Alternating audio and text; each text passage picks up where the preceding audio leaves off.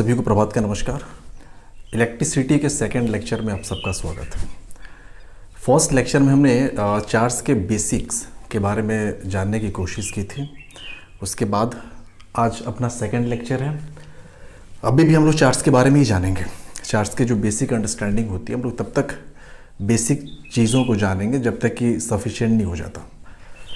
यहाँ पे देखिए, हम लोगों ने जो पिछले लेक्चर में पढ़ा था, हमने देखा था एटम दो चीज़ों से मिलके बना होता है। एटम में एक तो होता है न्यूक्लियाई, दूसरा होता है इलेक्ट्रॉन्स।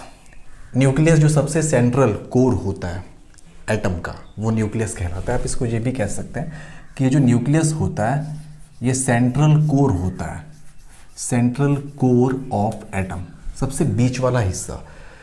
इसकी डेंसिटी बहुत ज़्यादा होती है और साथ ही साथ ये पूरे एटम का तकरीबन 99.9% मास कवर करता है।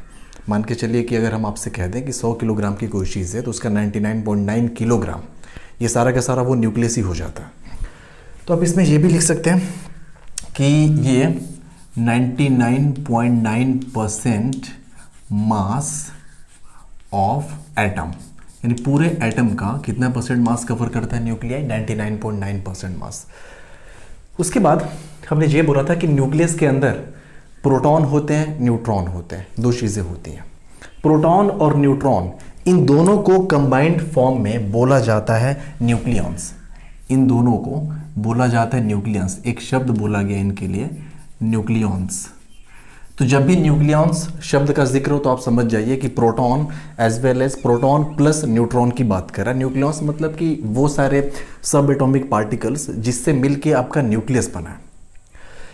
किसी भी एटम के जो सब एटॉमिक पार्टिकल्स होते हैं वो तीन होते हैं, प्रोटॉन होते हैं, न्यूट्रॉन होते हैं, इलेक्ट्रॉन्स होते हैं।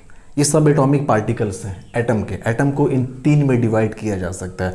आगे आप देखेंगे 12th में तो और भी कुछ पार्टिकल्स हैं, जैसे आपका न्यूट्रिनो हो गया, बोसॉन हो गया, ये सब चीज़ें आपको आगे मिलेंगी। लेकिन फिलहाल जो बेसिक फंडामेंटल पार्टिकल्स होते हैं, एलिमेंट्री चार्ज पार्टिकल, ये होते हैं प्रोटॉन, न्यूट्रॉन और इलेक्ट्रॉन। प्रोटॉन न्यूट्रॉन न्यूक्लियस के अंदर रहते हैं। प्रोटॉन पॉजिटिवली चार्ज होता है, ये चीज़ हमने देखी थी। प्रोटॉन जब पॉजिटिवली चार्ज होता है तो प्रोटॉन के चार्ज की वजह से न्यूक्लियस पूरा का पूरा कैसा हो जाता है? Positively charge. तो न्यूक्लियस का जो चार्ज होता है वो होता है पॉजिटिव चार्ज होता है, और साथ ही साथ जो इलेक्ट्रॉन का चार्ज होता है वो कैसा होता है? नेगेटिव चार्ज होता है। Due to negative charge of electron, electron negatively charge, and due to the presence of proton nucleus is positively charged. ये बात हम समझे थे। उसके बाद मास के बारे में हमने जाना था कि जो इलेक्ट्रॉन का मास होता है this is 9.8 into 10⁻³ kilogram, and mass of proton is equal to 1.673 into 10⁻27 kilogram, and mass of neutron is equal to 1.675 into 10⁻27 kilogram. अब देखिए यहाँ पे आप देखेंगे, बोलेंगे कि जो प्रोटॉन का मास है और जो न्यूट्रॉन का मास है इसमें बहुत ज़्यादा सिमिलरिटी है, ये तकरीबन बराबर है। देखिए यहाँ पे 1.673 है, यहाँ पे 1.675, 1.002 का ही फर्क है सिर्फ। तो आप इसको ये भी कह सकते हैं अप्रॉक्सीमेशन से कि जो मास ऑफ प्रोटॉन होता है this is near about equals to mass of neutron. Neutron और प्रोटॉन के मास जो होते हैं आपस में बराबर होते हैं। उसके बाद हमने बात की थी स्टेबिलिटी ऑफ एटम की, किसी न्यूट्रल एटम में। तो हमने देखा था किसी भी न्यूट्रल एटम में जो नंबर ऑफ प्रोटॉन होते हैं, यानी कि number of proton always equals to होते हैं नंबर ऑफ इलेक्ट्रॉन के। यानी एटम के पास जितने नंबर ऑफ प्रोटॉन होंगे उतने ही नंबर ऑफ क्या होंगे? इलेक्ट्रॉन्स होंगे। प्रोटॉन आपके न्यूक्लियस के अंदर होंगे, इलेक्ट्रॉन्स आपके न्यूक्लियस के बाहर ऑर्बिट में रिवॉल्व करेंगे एक सर्टेन स्पीड के साथ। रिवॉल्व करना उनकी मजबूरी होती है। क्यों? अगर वो रिवॉल्व नहीं करेंगे तो आप बोलेंगे अगर ये रिवॉल्व नहीं करते इलेक्ट्रॉन, अब चूंकि सर्कुलर पाथ पे ये मूव कर रहे हैं, न्यूक्लियस पॉजिटिवली चार्ज है, इलेक्ट्रॉन नेगेटिवली चार्ज है, न्यूक्लियस इनको अपनी तरफ खींचेगा। तो ये सर्कुलर पाथ पे जब मूव करते हैं तो बाहर की तरफ एक फोर्स एक्ट होना शुरू हो जाता है, mv² डिवाइडेड बाई, अगर इसकी रेडियस, इस सर्कुलर ट्रैक की रेडियस हमने मान लिया r, तो आप बोलेंगे mv² डिवाइड बाई r। ये होता है सेंट्रीफ्यूगल फोर्स जो कि सेंटर से बाहर की तरफ लगता है। सेंट्रीपिटल फोर्स, सेंट्रीफ्यूगल फोर्स, ये दो अलग अलग चीज़ें होती हैं, डिपेंड करता है फ्रेम ऑफ ऑब्जर्वेशन पे। तो ये सेंट्रीफ्यूगल फोर्स कहलाएगा जो बाहर की तरफ लग रहा है। सेंट्रीपिटल फोर्स एक्चुअल में अंदर की तरफ लगता है, टुवर्ड्स सेंटर। तो आप यहाँ से ये बोल सकते हैं कि जो इलेक्ट्रोस्टैटिक फोर्स ऑफ अट्रैक्शन है of the nucleus on the electrons, it will nullify by the centrifugal force mv²/r। ये जो mv²/r है इसको कैंसिल कर देता है, ये जो फोर्स ऑफ अट्रैक्शन लगा है इसको इस वाले फोर्स ने कैंसिल कर दिया। फाइनली इस पे कोई असर नहीं होता, नेट फोर्स इलेक्ट्रॉन पे जीरो है, उसी ऑर्बिट पे चक्कर लगाया जा रहा है, चक्कर लगाया जा रहा है। उसके बाद हमने देखा था बहुत सारे ऑर्बिट पॉसिबल्स होते हैं, शेल्स पॉसिबल होते हैं, सब में इलेक्ट्रॉन्स होते हैं, लेकिन जैसे जैसे हम बाहर के शेल की तरफ जाएंगे वैसे वैसे न्यूक्लियस का जो कंट्रोल होता है इलेक्ट्रॉन्स के ऊपर वो कम होता जाता है और इलेक्ट्रॉन की स्पीड जो होती है बाहर के ऑर्बिट की तरफ कम होती जाती है। तो पिछले क्लास में हमने देखा था और एक बात हमने बताई थी कि ये इलेक्ट्रॉन जो सबसे बाहर होता है वो फ्री होता है मूव करने के लिए, वो छोड़ने के लिए एटम को फ्री होता है। फ्री मतलब वो छोड़ के चला ही नहीं जाता, ज़रूरी नहीं कि वो छोड़ के चला जाएगा, लेकिन वो फ्री होता है कुछ हद तक। अगर उसको एक्सटर्नल एनर्जी सप्लाई कर दी जाए किसी भी तरीके से तो फाइनली वो अपने ऑर्बिट को छोड़ के निकल जाएगा। उसके बाद हमने देखा था कि सपोज कर लें कि यहीं पे उसको देखते हैं कि एक आपके सामने कोई एटम है, उस एटम का हमने ड्रॉ कर रखा है ये न्यूक्लियस, ठीक है। न्यूक्लियस को हमने बना दिया पॉजिटिवली चार्ज न्यूक्लियस है और इसके बाहर हम एक ऑर्बिट ड्रॉ कर रहे हैं, शेल सबसे आउटर मोस्ट, सबसे बाहर वाला। बहुत सारे शेल्स पॉसिबल होंगे लेकिन जो सबसे बाहर वाला है लेट्स से कि हमने उसको ड्रॉ कर दिया आपके सामने। चलिए इसको हमने ड्रॉ कर रखा है एक शेल जो सबसे बाहर वाला है और इसमें हमने दिखा रखा है एक इलेक्ट्रॉन को, यहाँ पे है एक इलेक्ट्रॉन। आप बोलेंगे कि देखो इलेक्ट्रॉन है तो इसकी कुछ ना कुछ इस ऑर्बिट में स्पीड होगी, हमने मान लिया v स्पीड के साथ इस ऑर्बिट में ये रिवॉल्व कर रहा है, बहुत दूर है, सबसे आउटर मोस्ट में है, तो आप बोलेंगे इसका जो फोर्स ऑफ अट्रैक्शन लग रहा होगा वो कम लग रहा होगा, इस पे Fe लगेगा सेंटर की तरफ। और उस Fe के बारे में हमने जाना था कि जो फोर्स ऑफ अट्रैक्शन होता है बिटवीन टू चार्जेस वो Fe डायरेक्टली प्रोपोर्शनल होता है Q1 Q2 divided by r²। आप ये कह सकते हैं कि जो force of electric force inversely proportional होता है square of distance between the charges. ये डिस्टेंस ज़्यादा होगी इलेक्ट्रोस्टैटिक फोर्स ऑफ अट्रैक्शन कम होगा। तो चूंकि ये सबसे बाहर वाले ऑर्बिट के इलेक्ट्रॉन्स की हम बात कर रहे हैं तो डिस्टेंस ऑब्वियस सी बात है ज़्यादा होगी, तो ये Fe की वैल्यू कम होगी। अब एक दूसरी बात ये फोर्स ऑफ अट्रैक्शन कम लगा रहा है, न्यूक्लियस से बाहर निकलने की इसकी पॉसिबिलिटीज़ होंगी। अब देखिए होता क्या है कि जो सबसे आउटर मोस्ट शेल होता है या आउटर मोस्ट ऑर्बिट होती है, ये हम देखिए किसी एक आइसोलेटेड एटम की हम बात कर रहे हैं। अब मैटर में सिर्फ और सिर्फ एक ही एटम नहीं होंगे, मैटर के अंदर कितने एटम्स होंगे आप उसको काउंट नहीं कर सकते भाई। मैटम के अंदर किसी मैटर के अंदर हम एटम्स की बात करें तो आप बोल सकते हैं कि बहुत ज़्यादा होंगे, इनफाइनाइट नंबर ऑफ एटम्स कह सकते हैं किसी मैटर के अंदर ऐसे।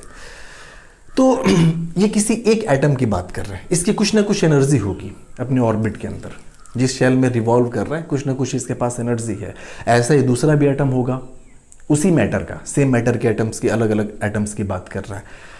तो सपोज कर लें कि ये एटम नंबर 1 है, एक और एटम हमने ले लिया ये एटम नंबर 2 उसी मैटर का है। इंपॉर्टेंट पॉइंट यहाँ पे ये है कि दोनों मैटर जो है वो सेम है। ये एटम नंबर हमने 2 लिया, यहाँ भी उसका एक इलेक्ट्रॉन है सबसे आउटर मोस्ट वाला, इसकी भी स्पीड लेट्स से इसकी स्पीड मान लीजिए v'। अब आपके मन में थोड़ी शंका होगी अरे क्योंकि दोनों आइटम सेम है तो स्पीड तो सेम होनी चाहिए। देखिए स्पीड सेम होनी चाहिए, इसमें कोई डाउट नहीं है, चलिए स्पीड को सेम कर लेते हैं। लेकिन प्रॉब्लम ये होती है एनर्जी का, क्योंकि ज़रूरी नहीं है कि ये इलेक्ट्रॉन जितनी एनर्जी अपने पास रख रहा है उतनी एनर्जी ये वाला इलेक्ट्रॉन्स भी रखेगा। थ्योरेटिकली रखना तो चाहिए, इस इलेक्ट्रॉन को भी उतनी एनर्जी रखनी चाहिए अपने पास जितना कि ये वाला इलेक्ट्रॉन रख रहा है, क्योंकि दोनों का कॉन्फ़िगरेशन सिमिलर है, दोनों सेम मैटर के एटम है, साथ ही साथ दोनों सेम ऑर्बिट के एटम है, सेम शेल के एटम है ये। लेकिन जब एटम किसी मैटर में होते हैं ये आइसोलेटेड फॉर्म में, अगर ये दोनों को अलग अलग हम कर दें ना, दोनों एटम अगर अलग अलग है तो आप बोलेंगे इसकी स्पीड v है तो इसकी स्पीड v होगी। इसकी अगर एनर्जी को हमने मान लिया E इस इलेक्ट्रॉन की तो इसकी भी एनर्जी क्या हो जाएगी E होगी। लेकिन जब किसी सॉलिड के अंदर सारे के सारे एटम एक साथ आते हैं, ये हम किसी सॉलिड को हमने ड्रॉ कर रखा है और हमने बोल दिया कि इसमें सारे के सारे एटम्स हमने ड्रॉ कर रखे हैं, छोटे छोटे हमने क्या कर रखे हैं ये एटम्स हमने ड्रॉ कर रखे हैं। एटम्स के अंदर ये न्यूक्लियाई है, ये न्यूक्लियाई, ये न्यूक्लियाई, चलिए और भी हम 2-4 एटम्स इसमें ड्रॉ कर दे रहे हैं।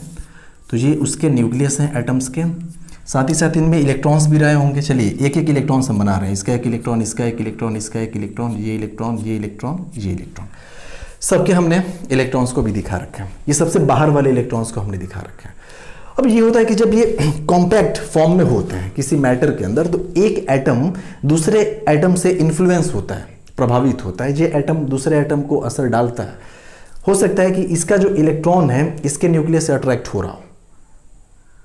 इस केस में क्या होता है कि इसकी एनर्जी अगर कुछ अलग होगी, इस वाले की एनर्जी मान लीजिए कि E1 है, तो हो सकता है कि इस वाले इलेक्ट्रॉन की जो एनर्जी है वो E2 हो सकता है इस वाले इलेक्ट्रॉन की जो एनर्जी है वो E3 हो। ऐसी सब इलेक्ट्रॉन्स की एनर्जी अलग अलग हो सकता है दो चार इलेक्ट्रॉन्स की एनर्जी सेम भी हो। तो हम ये देखते हैं किसी भी मैटर के अंदर जो लास्ट वाले ऑर्बिट होते हैं उनके इलेक्ट्रॉन के पास एक स्पेसिफाइड एनर्जी नहीं है, स्पेसिफिक एनर्जी नहीं है, वो एक रेंज ऑफ एनर्जी को फॉलो कर रहे हैं। रेंज ऑफ एनर्जी कहने का मतलब कोई ना कोई इलेक्ट्रॉन्स रहे होंगे ना, कुछ ग्रुप्स ऑफ इलेक्ट्रॉन रहे होंगे जिनकी एनर्जी सबसे मिनिमम रही होगी। तो चलिए हम मान लें कि उनकी जो एनर्जी है सबसे मिनिमम है, ई मीन। कुछ ग्रुप ऑफ इलेक्ट्रॉन्स मान लीजिए कि 200-400 इलेक्ट्रॉन ऐसे रहे होंगे जिनकी एनर्जी सबसे मैक्सिमम रही होगी, यानी ई मैक्स। बाकी सारे इलेक्ट्रॉन जो हैं वो इसी बीच में उनकी एनर्जी रही होगी। यानी आप कह सकते हैं कि एक रेंज ऑफ एनर्जी किसी मैटर के अंदर जब एटम एक साथ आते हैं तो किसी रेंज ऑफ एनर्जी को फॉलो करते हैं। ठीक है, इसमें कुछ इलेक्ट्रॉन हैं जो कि हायर एनर्जी जिनके पास होती है। ये जो इलेक्ट्रॉन्स आप देख रहे हैं, ग्रुप ऑफ इलेक्ट्रॉन्स, इनके पास हायर एनर्जी है। ये जो ग्रुप ऑफ इलेक्ट्रॉन्स है इनके पास कैसी एनर्जी है, लोअर एनर्जी है। ये बात समझ में आई, हायर एनर्जी लोअर एनर्जी। अब होता क्या है कि मैटर के अंदर जो हायर वाले इलेक्ट्रॉन्स होते हैं, हायर एनर्जी वाले इलेक्ट्रॉन्स होते हैं, वो चले जाते हैं, फ्री हो जाते हैं, और वो फ्री होकर चले जाते हैं कंडक्शन बैंड में। एक बैंड थियरी आप आगे पढ़ेंगे, 12th में ये पढ़ाया जाएगा आपको, बैंड थियरी। अब बोलेंगे जो मिनिमम एनर्जी वाले इलेक्ट्रॉन्स है ना, वो तो कोवैलेंट बॉन्ड के फॉर्मेशन में यूज हो जाएंगे, वो सारे के सारे कोवैलेंट बॉन्ड बनाएंगे। देखिए चूंकि सारे के सारे इलेक्ट्रॉन्स आउटर मोस्ट शेल के ही हैं, लेकिन आउटर मोस्ट शेल के इलेक्ट्रॉन होने के बावजूद कुछ इलेक्ट्रॉन है जिनकी एनर्जी सबसे कम है, कुछ इलेक्ट्रॉन है जिनकी एनर्जी सबसे ज्यादा है। तो आप ये कह सकते हैं कि जो आउटर मोस्ट ऑर्बिट होगा उसको हम अब दो तरीके से बांट सकते हैं। सपोज कर लें कि ये अगर आउटर मोस्ट ऑर्बिट हमने दिखा रखा है, तो आउटर मोस्ट ऑर्बिट में भी एक एनर्जी जोन होगा जो हायर एनर्जी का होगा, और एक एनर्जी जोन बना होगा जो लोअर एनर्जी वाला होगा। ये ठीक है, ये हमने दिखा रखा है आपको। एक हायर एनर्जी जोन आपके सामने दिखा रखा है और एक लोअर एनर्जी जोन दिखा रखा है। ये आपका हायर एनर्जी जोन है, और ये आपका जो हमने येलो स्ट्रिप से दिखा रखा है ये लोअर एनर्जी जोन है।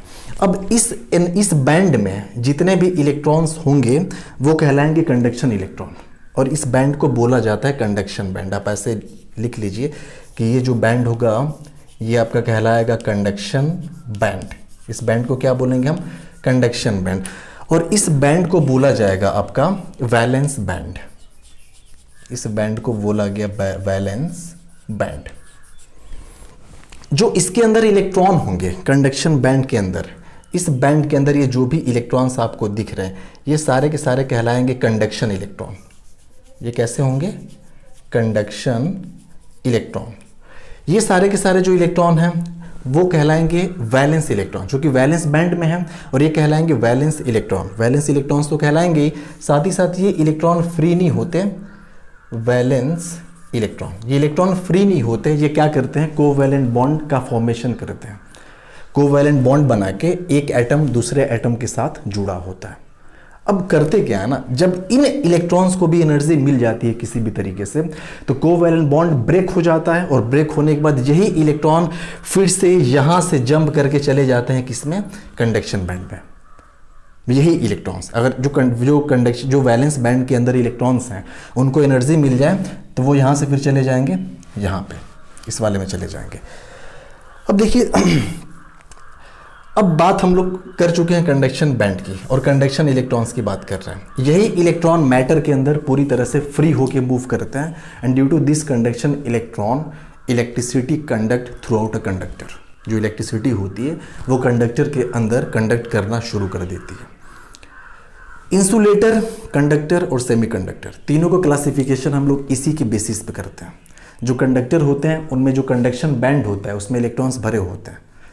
जो इंसुलेटर होते हैं उनमें कोई इलेक्ट्रॉन से नहीं होता है कंडक्शन बैंड में, सारे के सारे कोवैलेंट बॉन्ड के फॉर्मेशन में होते हैं, खाली रहते हैं। जो सेमीकंडक्टर होते हैं जो दोनों के बीच का, नाम से भी क्लियर है, जो ना तो पूरी तरह से कंडक्टर है, जो ना पूरी तरह से इंसुलेटर है, उसको हम दोनों तरीके से यूज़ कर सकते हैं। कुछ उस पर फिजिकल कंडीशन उस पर इम्पोज करके हम सेमीकंडक्टर को कंडक्टर बना सकते हैं।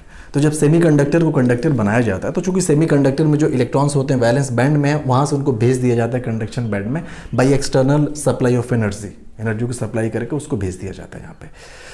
तो कंडक्शन बैंड के इलेक्ट्रॉन्स की हमने बात कर ली, कंडक्शन इलेक्ट्रॉन्स की बात कर ली, वैलेंस इलेक्ट्रॉन की बात कर ली। फ्री इलेक्ट्रॉन मतलब वही इलेक्ट्रॉन आप कह सकते हैं कि जो इलेक्ट्रॉन वैलेंस बैंड में होते हैं या फिर जो वैलेंसी में पार्टिसिपेट करते हैं उन्हीं को फ्री इलेक्ट्रॉन्स कहते हैं। इन दोनों को कंबाइंड फॉर्म में फ्री इलेक्ट्रॉन्स हम कह सकते हैं, जो कंडक्शन इलेक्ट्रॉन्स है या फिर जो वैलेंस इलेक्ट्रॉन्स हैं।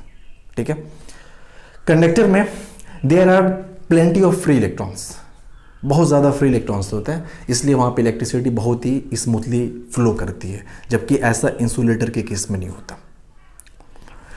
अब देखिए ये तो हमने आपको बेसिक चीज़ें इसके बारे में बताई कि आखिरकार फ्री इलेक्ट्रॉन्स क्या होता है, फ्री इलेक्ट्रॉन का कॉन्सेप्ट क्या है, वैलेंस इलेक्ट्रॉन क्या है, कंडक्शन इलेक्ट्रॉन्स क्या है, कंडक्शन बैंड, वैलेंस बैंड, और साथ ही साथ ये फोर्स वगैरह दिखा रखा है। हमने आइसोलेटेड एटम को दिखा रखा है।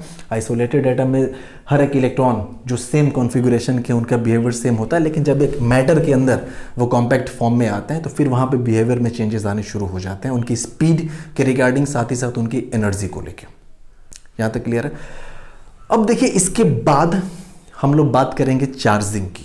अब हम लोग चार्जिंग पे आएंगे क्योंकि हम समझ चुके हैं कि इलेक्ट्रॉन को निकालना कैसे है, और चार्जिंग का बेसिक मतलब ही ये होता है कि एमिशन ऑफ इलेक्ट्रॉन या फिर लिबरेशन ऑफ इलेक्ट्रॉन, यानी किसी मैटर को इलेक्ट्रॉन देना या वहाँ से इलेक्ट्रॉन को निकालना, यही कहलाता है चार्जिंग। इसी प्रोसेस को हम लोग बोलते हैं चार्जिंग। तो इलेक्ट्रॉन निकालेंगे कैसे? हम प्रोटॉन के निकलने की बात क्यों नहीं कर रहे हैं? प्रोटॉन को नहीं निकाल सकते क्या? नहीं। अगर आपसे कोई पूछे प्रोटॉन को क्यों नहीं निकाल सकते, आप बोलेंगे प्रोटॉन को निकाल नहीं सकते बिकॉज प्रोटॉन एक तो फ्री नहीं है, प्रोटॉन न्यूक्लियस के अंदर न्यूट्रॉन के साथ है, न्यूट्रॉन के साथ बंधा हुआ है, और वहाँ पे स्ट्रॉन्ग न्यूक्लियर फोर्स एक्ट होता है प्रोटॉन और न्यूट्रॉन के बीच में, जिसकी वजह से प्रोटॉन निकल ही नहीं सकता यहाँ से। कई बार जब भी हम बात करेंगे पॉजिटिव चार्ज के फ्लो की, तो आप समझ जाइएगा कि ये हाइपोथेटिकल एक कॉन्सेप्ट है। हम लोग करंट किस सेंस को बताते हैं आपके सामने, करंट की एक्चुअल डायरेक्शन कुछ होती नहीं, सच मानिए अब तो, क्योंकि करंट एक स्केलर क्वांटिटी होती है, तो हम इसके एक्चुअल डायरेक्शन की बात कर कैसे सकते हैं। तो ये कन्वेंशनली सहूलियत के लिए मान लिया गया कि जो करंट अगर पॉजिटिव से नेगेटिव की तरफ जा रही है तो एक्चुअल में वो पॉजिटिव चार्ज के फ्लो की डायरेक्शन है, और पॉजिटिव चार्ज के फ्लो की डायरेक्शन को ही मान लीजिए डायरेक्शन ऑफ करंट, और इलेक्ट्रॉनिक करंट मतलब इलेक्ट्रॉन के फ्लो की डायरेक्शन में अगर करंट को एज्यूम किया जाए तो वो इलेक्ट्रॉनिक करंट होगी। तो करंट की कोई स्पेसिफिक डायरेक्शन नहीं है, इसलिए करंट आपका स्केलर क्वांटिटी होता है, साथ ही साथ ये वेक्टर लॉ ऑफ एडिशन और सब्सट्रैक्शन को फॉलो नहीं करता। वेरेज आप जाएंगे आगे, आप पढ़ेंगे ऑल्टरनेटिंग करंट एसी, तो एसी को हम वेक्टर क्वांटिटी मान सकते हैं, एसी को आप स्केलर नहीं माने, क्योंकि वहाँ पे एसी करंट के केस में आपने एसी डीसी अभी इतना तो जानते ही होंगे ना कि एसी करंट क्या होता है, डीसी करंट क्या होता है। जो बैटरी वाली करंट होती है डीसी होती है, जो पावर हाउस से सप्लाई अपने घरों में आ रही है दैट इज़ एसी करंट, वो एसी करंट है। तो एसी करंट आपका वेक्टर होता है, और साथ ही साथ डीसी करंट को हम स्केलर कहते हैं। एक बात और आप हमेशा यहाँ पे ध्यान रखेंगे, उस दिन हमने ये भी बात बताई थी कि जैसे किसी भी बॉडी से, जैसे मान लीजिए बॉडी ए है, ए से अगर हम किसी तरीके से इलेक्ट्रॉन यहाँ से निकालें, यहाँ से हमने क्या किया, इलेक्ट्रॉन को निकाल दिया। कितना इलेक्ट्रॉन निकाल दिया? चलिए मान लेते हैं यहाँ से 5 इलेक्ट्रॉन को हमने निकाला। तो आपने बोला कि इलेक्ट्रॉन जब निकलते हैं तो बॉडी पॉजिटिवली चार्ज हो जाती है, यानी ए से अब ये जो बॉडी है ना, ये बन जाएगी ए प्लस, और कितना चार्ज आएगा, तो आप बोलेंगे +5 इलेक्ट्रॉन के बराबर चार्ज। ठीक है, तो हम बोले कि इस पे चार्ज कितना है, तो आप इस पे चार्ज कैसे लिखते थे कि हम लिखें चार्ज Q ऑन A, तो आप बोलेंगे 5 इंटू इलेक्ट्रॉन का चार्ज, और यहाँ पे मॉड लगाते हैं। क्यों? क्योंकि हमेशा इलेक्ट्रॉन के चार्ज को हम बाहर प्लस के साथ, प्लस हमने ऑलरेडी यहाँ पे लगा रखा है। क्यों? क्योंकि हमें पता है जब इलेक्ट्रॉन निकलेंगे तो बॉडी पॉजिटिवली चार्ज होनी है। तो ये हो जाएगा = 5 इंटू 1.6 इंटू 10⁻⁻19 कूलम। ठीक है, मॉड ऑफ ई मतलब यहाँ पे अब माइनस बाहर नहीं करेंगे, ऐसा नहीं कि -1.6 इंटू 10⁻19 कर दिया और चार्ज लास्ट में माइनस में आ गया, नहीं, ये हो गया चार्ज ए पे ऊपर। दूसरी चीज़ ये हमने ये बताया था कि जैसे ये बी है, बी पे किसी तरीके से इलेक्ट्रॉन आके अगर अटैच हो गए, देखो तरीका क्या होगा ये हम लोग बाद में बात करेंगे, बस इतना समझिए, किसी तरीके से इलेक्ट्रॉन्स यहाँ पे आके इकट्ठा हो गए, मान लीजिए 5 इलेक्ट्रॉन इकट्ठा हो गए, बी से ये बॉडी बन गई, अब बी और यहाँ पे हो जाएगा B-5, इलेक्ट्रॉन के बराबर इस पे चार्ज आ जाएगा। तो हम बोले कि अच्छा बताओ चार्ज बी पे कितना होगा, चार्ज ऑन बी, तो आप बोलेंगे माइनस चार्ज होगा क्योंकि इलेक्ट्रॉन इस पे आके ऐड हुए हैं 5, और ये हो जाएगा मॉड ऑफ ई। तो आप लिखेंगे -5 और इलेक्ट्रॉन का चार्ज 1.6 इंटू 10⁻⁻19 कूलम। इसको ध्यान रखिएगा, आप हमेशा मॉड ऑफ ई लिखिए क्योंकि बाहर आप, क्योंकि हमने साइन पहले ही लगा रखा है। क्या बात समझ में आई? तो एक चीज़ जो आपको यहाँ से समझ में आई, जो आपको गांठ बांध लेनी है, वो ये कि जब इलेक्ट्रॉन्स बॉडी से निकलते हैं तो बॉडी पॉजिटिवली चार्ज हो जाती है। यानी कि अगर आपसे बोला जाए कि लेट्स से कि कोई बॉडी पॉजिटिवली चार्ज है, तो आप साफ साफ बोलिएगा इसका मतलब कि वहाँ से इलेक्ट्रॉन्स निकले हैं तभी जाके बॉडी पॉजिटिवली चार्ज हुई है। कोई बॉडी नेगेटिवली चार्ज है, इसका मतलब कि इलेक्ट्रॉन वहाँ पे आके जुड़े हैं तभी जाके बॉडी नेगेटिवली चार्ज है।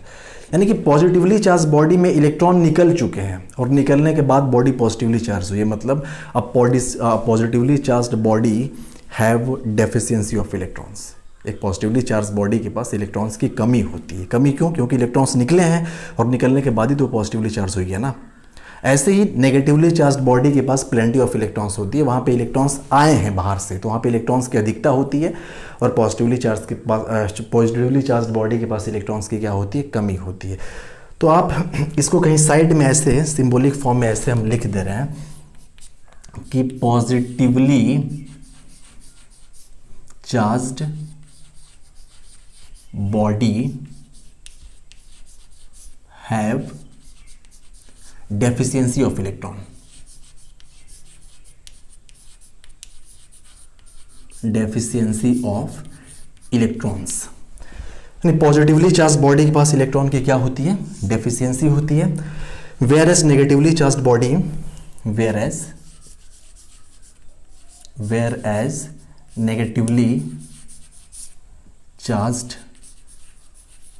Body have excess of electron, excess of electrons. अगर बॉडी नेगेटिवली चार्ज है तो उसके पास क्या होंगे? इलेक्ट्रॉन जो होंगे वो एक्सिस में होंगे। तो ये बात आई होप कि आपको समझ में आई होगी पूरी तरीके से। देखिए एक सवाल आपसे हम अगर पूछें, हम अगर आपसे ये कहें कि चलिए आपने बोला कि अगर बॉडी पॉजिटिवली चार्ज है मतलब उससे इलेक्ट्रॉन्स निकले हैं, तो आप ये बताइए कि जो प्रोटॉन होता है, प्रोटॉन का चार्ज जो होता है, हमने पढ़ा है प्रोटॉन का चार्ज होता है +1.6 इंटू 10⁻⁻19 कूलम। प्रोटॉन का चार्ज तो भाई पॉजिटिव होता है। हम बोलेंगे भाई ये तो बात ठीक है कि प्रोटॉन का चार्ज पॉजिटिव तो होता है, तो क्या प्रोटॉन से भी कुछ निकले होंगे? क्या प्रोटॉन से इलेक्ट्रॉन निकले होंगे उसके बाद प्रोटॉन पॉजिटिवली चार्ज हुआ है? क्या हम ऐसा कह सकते हैं? अभी हमने बोला ना कि अगर कोई बॉडी पॉजिटिवली चार्ज है इसका मतलब कि वहाँ से इलेक्ट्रॉन्स निकले हैं और इलेक्ट्रॉन्स के निकलने के बाद वो बॉडी पॉजिटिवली चार्ज हुई है। तो क्या ऐसा प्रोटॉन के लिए हम कह सकते हैं कि प्रोटॉन अगर पॉजिटिवली चार्ज्ड है तो प्रोटॉन से इलेक्ट्रॉन्स निकले होंगे उसके बाद वो पॉजिटिवली चार्ज हुई होगी? नहीं, ऐसा हम बिल्कुल नहीं कह सकते। क्यों? क्योंकि जो भी हम कॉन्सेप्ट आपके सामने डिस्कस कर रहे हैं, इलेक्ट्रॉन्स का निकलना, इलेक्ट्रॉन्स का जुड़ना, उसके बाद बॉडी का चार्ज होना, पॉजिटिवली या नेगेटिवली चार्ज होना, ये सारी की सारी चीज़ें एक एक्सटेंडेड बॉडी के लिए है। लेकिन ये एलिमेंट्री चार्ज पार्टिकल के ऊपर लागू नहीं होगा, और चूंकि प्रोटॉन एक एलिमेंट्री चार्ज पार्टिकल होता है इसलिए प्रोटॉन के ऊपर ये कॉन्सेप्ट लागू नहीं होने वाला, प्रोटॉन और इलेक्ट्रॉन के ऊपर नहीं लागू होने वाला। आप ये नहीं कह सकते कि इलेक्ट्रॉन नेगेटिवली चार्ज है मतलब कि इलेक्ट्रॉन के अंदर इलेक्ट्रॉन ही आके जुड़े हैं तभी इलेक्ट्रॉन नेगेटिवली चार्ज है, आप ऐसा नहीं कह सकते। ये सिर्फ आप किसी बॉडी के लिए डिफाइन कर सकते हैं जिसका एक सर्टेन शेप हो, जिसका कुछ ना कुछ मास हो, उसके लिए, एक्सटेंडेड बॉडी के लिए। ये फंडामेंटल जो एलिमेंट्री चार्ज पार्टिकल हैं ये कॉन्सेप्ट उनके लिए नहीं है। तो इस बात को आप दिमाग में बिठा लीजिएगा। तो देखिए जो हम लोग बात कर रहे थे करंट इलेक्ट्रिसिटी की, शुरू में ही हमने बोला था कि एक ऐसी चीज़ जो दिखती नहीं है पर है। हम गॉड की बात नहीं कर रहे थे, हम बात कर रहे थे, I was talking about electric current जो दिखती ही नहीं है। लेकिन हम इसको देखेंगे, आप यकीन मानिए जब एक एक स्टेप हम लोग आगे बढ़ते जाएंगे इस चैप्टर में तो फाइनली आपको करंट महसूस होगी। करंट आप इमेजिन कर पाओगे किसी वायर के अंदर कि करंट कितना मैग्नीट्यूड है। कहने का मतलब आप करंट को देख नहीं पाओगे लेकिन वोल्टेज वगैरह देख के आप बता सकते हैं कि इसमें करंट कितना फ्लो हो रही होगी। और बाकी सारी चीज़ें, पोटेंशियल ड्रॉप्स और जो भी कैलकुलेशंस आपको कैलकुलेट करने होंगे। तो बस आप एक एक स्टेप हमारे साथ पढ़ते हुए चलिए। बस आप कभी ये मत सोचिएगा कि अरे ये सब चीज़ें एग्ज़ाम में नहीं आनी, इसलिए ये सब पढ़ने का क्या रेलेवेंस है। देखो इम्पॉर्टेंट ये है कि एक चेन बनी होती है। हम आपको चार्जिंग डायरेक्टली नहीं बता सकते। चार्जिंग बताने के पहले हमें ये सब बताना पड़ेगा कि चार्जिंग आखिरकार करते हैं तो इलेक्ट्रॉन्स को निकालते हैं। इलेक्ट्रॉन्स निकालते हैं तो ये बताना पड़ेगा क्यों एक्सटर्नल जो आउटर मोस्ट ऑर्बिट होता है उसी के इलेक्ट्रॉन्स को निकालते हैं। तो एक चेन बना होता है। आप देखेंगे हर एक कड़ी को हम लोग स्टेप बाय स्टेप करते हुए चलेंगे। एनसीईआरटी अगर ख़त्म करनी हो आपका सिलेबस 10th का तो ये मुश्किल से 6 से 7 लेक्चर में ख़त्म हो जाएगा। 5 से 6 लेक्चर में पूरा आपका ख़त्म हो जाएगा। ये अगर शॉर्टकट में ख़त्म करना हो पूरा फिजिक्स तो 1 घंटे के 7 लेक्चर में पूरी फिजिक्स आपकी ख़त्म है। लेकिन वैसा हम लोग नहीं करेंगे। हम आपको जो बुक के अंदर जिसके आपको मतलब सोचने पड़ते हैं या फिर जिसका डिटेल्ड एक्सप्लेनेशन नहीं दिया हुआ उसको हम लोग यहाँ पे पढ़ते हुए चलेंगे।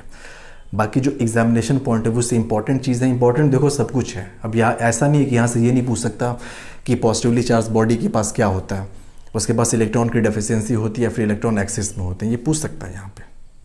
ठीक है, number of electron number of proton के बराबर होते हैं कि नहीं होते हैं, ये स्टेटमेंट ट्रू है कि फॉल्स है, ये पूछ सकता है। समझ में आया? तो अब हम लोग आगे बढ़ेंगे और आगे अब जाके हम लोग पढ़ेंगे चार्जिंग। चार्जिंग के बाद हम लोग डिफाइन करेंगे चार्ज को। अपना तरीका कुछ अलग होगा पढ़ने का। पहले देखें चार्जिंग करने के तरीके क्या है। चार्जिंग करने के तरीके इन द सेंस कि इलेक्ट्रॉन्स को हम कितने तरीकों से या तो निकाल सकते हैं या तो सबमिट कर सकते हैं, मैटर के ऊपर या एटम के ऊपर। ठीक है, thank you, have a great time.